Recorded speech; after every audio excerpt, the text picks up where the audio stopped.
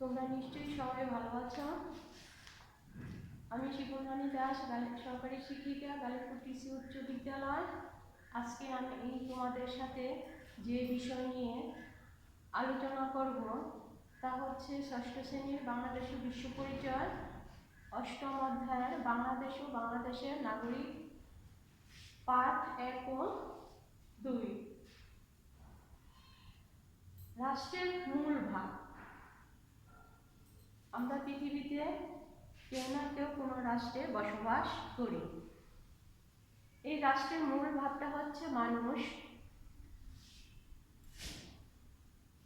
অনেক আগে জন্ম নিলেও প্রাচীন পৃথিবীতে কোনো রাষ্ট্রের অস্তিত্ব ছিল না কোনো নাগরিকদের ধারণা।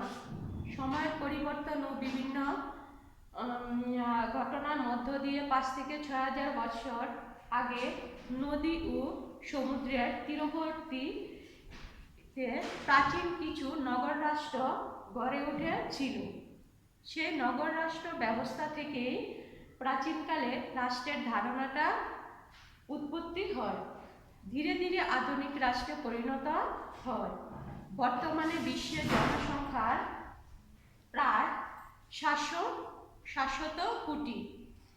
এ বিপুল জনসংখ্যার সবাই কোনো না কোনো রাষ্ট্রের অধিবাসী ও নাগরিক। যেমন আমরা সবাই বাংলাদেশের নামক রাষ্ট্রের অধিবাসী এবং নাগরিক। রাষ্ট্র বলতে বোঝায় যে আমরা এই যে বাংলাদেশ নামক একটি দেশে বসবাস করছি, বাংলাদেশের নাগরিক, সেই বাংলাদেশ একটি স্বাধীন ও সার্বভৌম রাষ্ট্র। 1971 সালের 16 ডিসেম্বর মহান মুক্তিযুদ্ধ ও রক্তক্ষয়ী সংগ্রামের মাধ্যমে বাংলাদেশ বিশ্বের বুকে একটি স্বাধীন ও সার্বভৌম রাষ্ট্র হিসেবে আত্মপ্রকাশ করে। এই রাষ্ট্রের মূল ধারণা, রাষ্ট্র হলো এমন একটি সংগঠন যার একটি নির্দিষ্ট ভূখণ্ড, জনসমষ্টি, সরকার ও সার্বভৌমত্ব ক্ষমতা আছে। তাহলে বলা যায় রাষ্ট্র গঠনের 4টি উপাদান। 1 হচ্ছে জনসমষ্টি, 2 হচ্ছে ভূখণ্ড, 3 হচ্ছে সরকার, 4 হচ্ছে সার্বভৌমত্ব। জনসমষ্টি, রাষ্ট্রের অন্যতম উপাদান হলো জনসমষ্টি। জনগণ হলো রাষ্ট্রের প্রাণ। জনসমষ্টি ছাড়া রাষ্ট্র গঠিত হতে পারে না। তাহলে একটা রাষ্ট্রের মূল হচ্ছে জনসমষ্টি। এই জনগণই হলো রাষ্ট্রের প্রাণ, আর জনসমষ্টি ছাড়া রাষ্ট্র গঠিত হতে পারে না। রাষ্ট্রের জনসংখ্যা কত হতে পারে তার কোনো নির্দিষ্ট সংখ্যা নেই। রাষ্ট্রের জনসংখ্যা সেখানে কম হতে পারে, বেশিও হতে পারে। যেমন চীনের জনসংখ্যা 137 কোটি 20 লক্ষ। অন্যদিকে সান মেরিনো নামের একটি ছোট্ট দেশের জনসংখ্যা প্রায় 30,000 মাত্র। বিশ্ব জনসংখ্যা চার্টশিট 2015 তথ্য অনুযায়ী। তাহলে গেল জনসমষ্টি। ভূখণ্ড, ভূখণ্ড বলতে বোঝায় রাষ্ট্রের অপরিহার্য উপাদান হলো নির্দিষ্ট ভূখণ্ড। একটা রাষ্ট্রের উপাদান হলো ভূখণ্ড। আমি আজকে যেখানে দাঁড়িয়ে আছি সেটা একটা ভূখণ্ড। রাষ্ট্রের একটা ভূখণ্ড আছে, সেই অপরিহার্য উপাদানে হলো নির্দিষ্ট ভূখণ্ড। ভূখণ্ড বলতে জল, স্থল ও তার উপরিস্থ আকাশ সীমাকে বোঝায়। তাহলে রাষ্ট্রের জল, স্থল এবং তার উপরিস্থ আকাশ সীমাকে বোঝায়। তবে ভূখণ্ডের আয়তন কতটুকু হতে পারে তার কোনো নির্দিষ্ট পরিমাণ নেই। একটি রাষ্ট্রের ভূখণ্ড আয়তনে অনেক বড়ও হতে পারে, আবার অনেক ছোটও হতে পারে। যেমন ভারতের আয়তন প্রায় 32,87,263 বর্গ কিলোমিটার। অন্যদিকে সিঙ্গাপুর ও ভ্যাটিকান সিটির আয়তন যথাক্রমে প্রায় 693 বর্গ কিলোমিটার ও 0.18 বর্গ কিলোমিটার। সিঙ্গাপুর ও ভ্যাটিকান নগরকেন্দ্রিক রাষ্ট্র। তাহলে ভূখণ্ড একটা দেশের আয়তন বেশি হতে পারে, কম হতে পারে। 3 নম্বর সরকার। রাষ্ট্র গঠনের আরেকটি অন্যতম উপাদান হলো সরকার। সরকারের মাধ্যমে রাষ্ট্রের সকল কাজ পরিচালিত হয়। রাষ্ট্রের শান্তি শৃঙ্খলা সকল ব্যক্তি ও প্রতিষ্ঠানের ঊর্ধ্বে। সরকারের মাধ্যমে রাষ্ট্রের আইন শৃঙ্খলা রক্ষা করার, আইন প্রণয়ন করে এবং আইন অনুযায়ী জনগণকে পরিচালনা করে। জনগণ সরকারের সকল বৈধ আদেশ মেনে চলে এবং সরকারের প্রতি আনুগত্য প্রকাশ করে। তাহলে রাষ্ট্রের জন্য এই যে জনসমষ্টি, ভূখণ্ড, সরকার, এই সবগুলি উপাদানই আমাদের দরকার। তারপর হচ্ছে সার্বভৌমত্ব। রাষ্ট্র গঠনের সবচেয়ে গুরুত্বপূর্ণ উপাদান হলো সার্বভৌমত্ব। একটা রাষ্ট্রের গুরুত্বপূর্ণ উপাদান হলো সার্বভৌমত্ব, মানে ক্ষমতা। এটি রাষ্ট্রের সর্বোচ্চ, চরম ও চূড়ান্ত ক্ষমতা। সার্বভৌম ক্ষমতা বলে রাষ্ট্র সকল ব্যক্তি ও প্রতিষ্ঠানের ঊর্ধ্বে অবস্থান করে। একটা রাষ্ট্রের সর্বোচ্চ ক্ষমতাই হচ্ছে সার্বভৌমত্ব। এই ক্ষমতা বলে রাষ্ট্র তার অভ্যন্তরে যে কাউকে যে কোনো নির্দেশ দিতে পারে, তাকে সে আদেশ পালন করতে বাধ্য হয়।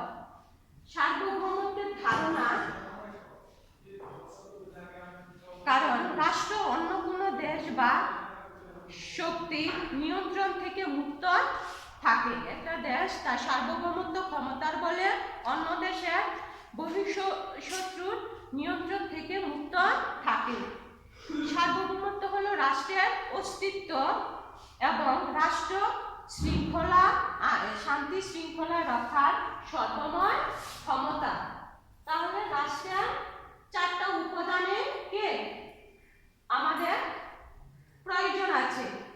একটা কম হলে রাষ্ট্র হবে না, 4টা উপাদানই থাকতে হবে: জনসমষ্টি, ভূখণ্ড, সরকার, সার্বভৌমত্ব।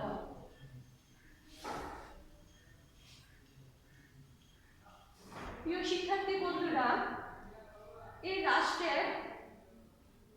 রাষ্ট্র হিসেবে যে বাংলাদেশ, সে বাংলাদেশ সম্পর্কে আমি প্রথমে বলেছিলাম এবং এই বাংলাদেশের রাষ্ট্রের উপাদানগুলো সম্পর্কে আমরা সংক্ষেপে জানতে পারব বা বলতে পারব। জনগোষ্ঠী মানে জনসমষ্টি। বাংলাদেশের জনসংখ্যা বিশাল। এর সংখ্যা বর্তমানে 14,97,72,364 জন। সূত্র আদমশুমারি 2011 অনুযায়ী। বাংলাদেশের জনসংখ্যার প্রায় অর্ধেক নারী এবং অর্ধেক পুরুষ। জনসংখ্যার একটি বিরাট অংশ শিশু। এরা এদেশের স্থায়ী বাসিন্দা ও নাগরিক। জনসংখ্যার দিক থেকে বাংলাদেশ বিশ্বের 8ম বৃহত্তম রাষ্ট্র। তাহলে একটা দেশের তার প্রথম হচ্ছে জনসংখ্যা, ভূখণ্ড, সরকার, সার্বভৌমত্ব। আমাদের বাংলাদেশে এই এই যে রাষ্ট্র, আমরা বাংলাদেশ নামক রাষ্ট্রে যে বসবাস করি, তার 4টা উপাদানে বিদ্যমান আছে, যার জন্য আমরা এই সুন্দর পৃথিবীতে বসবাস এবং এই বাংলাদেশে বসবাস করতে পারি। ভূখণ্ড, বাংলাদেশের একটি নির্দিষ্ট ভূখণ্ড রয়েছে। 1971 সালে স্বাধীনতা লাভের মধ্য দিয়ে আমরা ভূখণ্ডের সার্বভৌমত্ব অর্জন করেছি। উত্তরে ভারত ও দক্ষিণে বঙ্গোপসাগর, পূর্বে ভারত ও মিয়ানমার, পশ্চিমে ভারতের পশ্চিমবঙ্গ এবং বাংলাদেশের ভূখণ্ড বিস্তৃত রয়েছে। অসংখ্য নদ নদী, হাওর বিল, পাহাড় পর্বত, বনভূমি ও বিস্তৃত সমতল ভূমি নিয়ে এ ভূখণ্ড গঠিত, আমাদের এই বাংলাদেশ গঠিত। এর আয়তন 1,47,570 বর্গ কিলোমিটার। তাহলে শিক্ষার্থী বন্ধুরা, আমরা এই যে বাংলাদেশের ভূখণ্ড, জনগোষ্ঠী, সরকার সম্পর্কে বলতে পারবো যে বাংলাদেশের সরকার ব্যবস্থা মন্ত্রিপরিষদ শাসিত।